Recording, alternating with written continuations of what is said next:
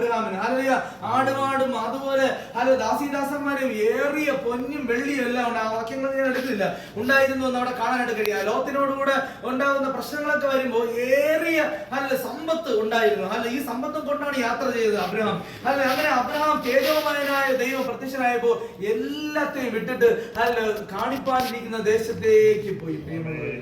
ഇതിൽ നിന്ന് നമുക്ക് പറയേണ്ട ദൂത്, നമ്മൾ മനസ്സിലാക്കേണ്ട ദൂത് എന്താണെന്ന് വെച്ചാൽ, ദൈവം എന്തൊക്കെ തന്നാലും എന്തൊക്കെ ഈ ലോകത്ത് നന്മകളും അനുഗ്രഹങ്ങളും നമുക്ക് കിട്ടിയാലും ഇതെല്ലാം ഇവിടെ വിട്ടിട്ട് നമ്മുടെ വാഗ്ദത്തം നമ്മൾ പോണം. ആ സ്വർഗത്തിലേക്ക് വേണം നമ്മുടെ നോക്കമായിരുന്നു. ആ സ്വർഗത്തിലേക്ക് നോക്കി വേണം നമ്മൾ ഓടുവാൻ. ഹല്ലേലൂയ. പുറപ്പാട് പുസ്തകത്തിന്റെ 40:34 വായിച്ചേ.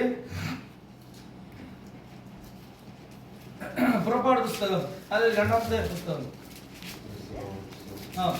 40:34.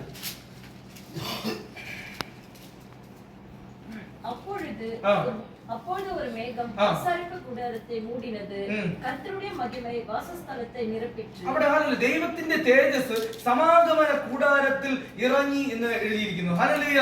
അതായത് എപ്പോഴാണോ ദൈവത്തിന്റെ ജനം ആരാധിക്കാൻ വേണ്ടി സമാഗമന കൂടാരത്തിലേക്ക് വന്നത്, അപ്പോൾ ദൈവത്തിന്റെ തേജസ് അവിടെ ഇറങ്ങി. ഹല്ലേലൂയ. നമ്മൾ എപ്പോഴാണോ കൂടി വരുന്നത്, നമ്മുടെ കൂടിവരവുകളെല്ലാം പറയുന്നു, അല്ലെ 2-3 പേർ എന്റെ നാമത്തിൽ എവിടെ കൂടി എന്നാൽ ആരുടെ നടുവിൽ ഞാൻ ഉണ്ട്. ഹല്ലേലൂയ. പക്ഷെ അന്ന് തേജോമയനായ ദൈവം ലൈവായിട്ട് പ്രത്യക്ഷപ്പെടുകയാണ്.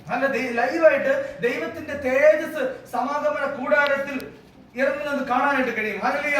അടുത്ത ആലയത്തിൽ ദൈവത്തിന്റെ തേജസ് ഇറങ്ങുന്നതാണ്. 1 രാജാക്കന്മാരെടുത്ത് ഫസ്റ്റ് രാജ 8-ാമത്തെ അധ്യായം 10-11 വാക്യങ്ങൾ വേഗമേ വായിച്ചേ.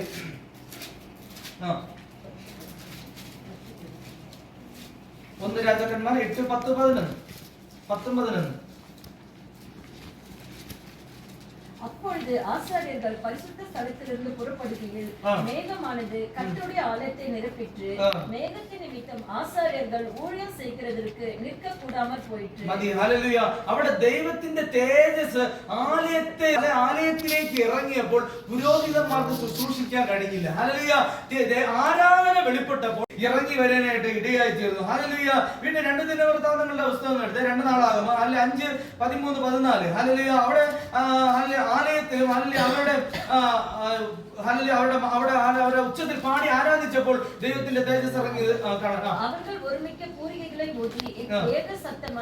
അവരെല്ലാവരും ഒരുമിച്ച് ഒരു ശബ്ദത്തിൽ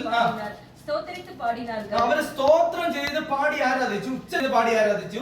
ஆசாரியர் பரிசுத்த ஸ்தலத்திலிருந்து புறப்படுகையிலும் பாடகர் பூரிகைகளை தாளங்கள் கீதவாத்தியங்களோடு എല്ലാവിധ വാദ്യോപകരണങ്ങളോടുകൂടെ ദൈവത്തെ പാടി സ്തുതിച്ചു.